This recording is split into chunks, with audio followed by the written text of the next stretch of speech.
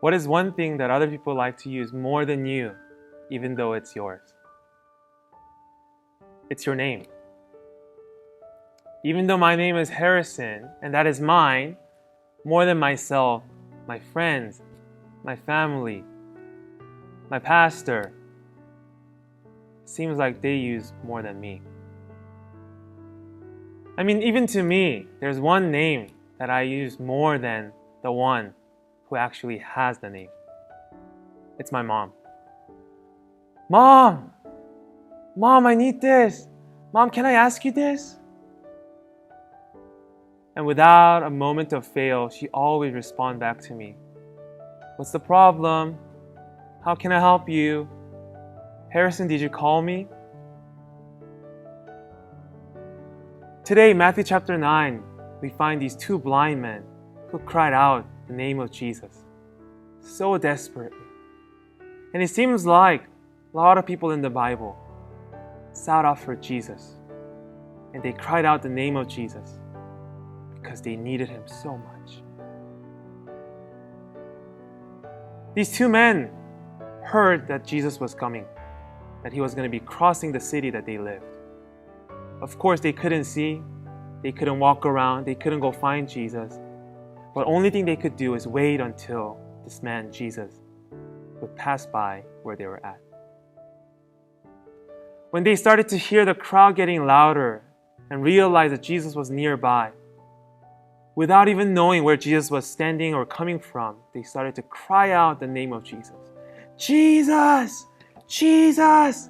Son of God, have mercy on me! Son of God, have mercy on me! And Jesus was busy going from point A to B. He hears them, so He turns. And when He saw them, He started to walk where they were standing. And when Jesus came close, He passes the gate, He passes the door, and He stands in front of these two men. And Jesus asked this question. Do you believe that I'm able to do this? Well, Jesus, why are you asking the question in that way? Because you and I, we know Jesus is almighty, all-knowing.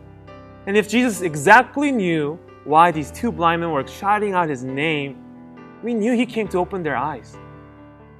But instead of Jesus asking them, do you want me to open your eyes? He asked, do you believe that I'm able to do this? And these two blind men respond this way, yes, my Lord. And after Jesus responds back to them saying, it shall be done to you according to your faith. Well, with this dialogue between Jesus and these two blind men, I tend to misunderstand this passage. Well, Jesus said, am I able to do this? And they say, yes, my Lord. And Jesus answers back to them saying, it is your faith that opened it. Well, does that mean the faith that they had opened their eyes? Does that mean the great faith that they had to Jesus opened their eyes?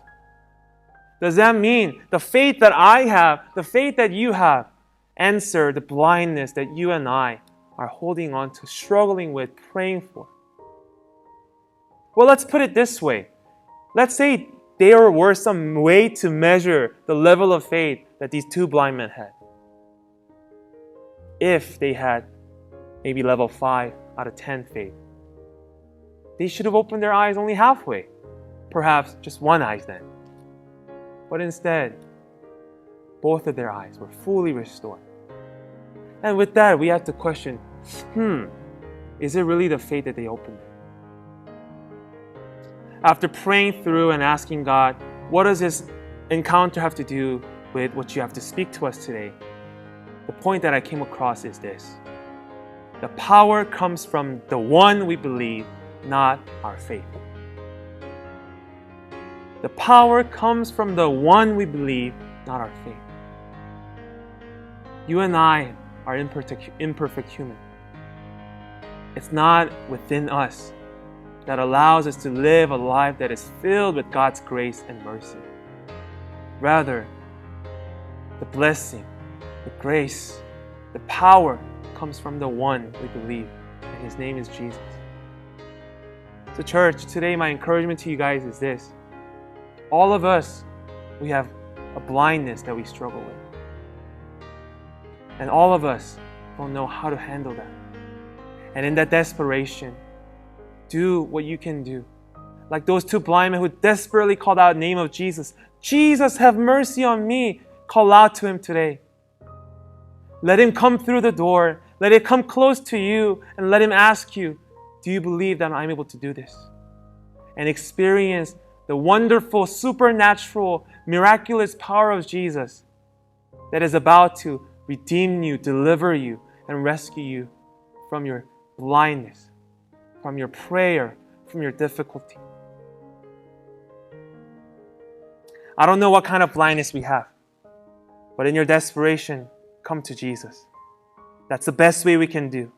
These two blind men only knew how to cry out. They couldn't find Him, they couldn't go to Him, but they cried out and Jesus came. So today, let's cry out to Jesus who hears us and who comes to us. He comes through the door. Let Him take care of your blindness. That's it from me. I hope you guys have a wonderful day today. God bless you.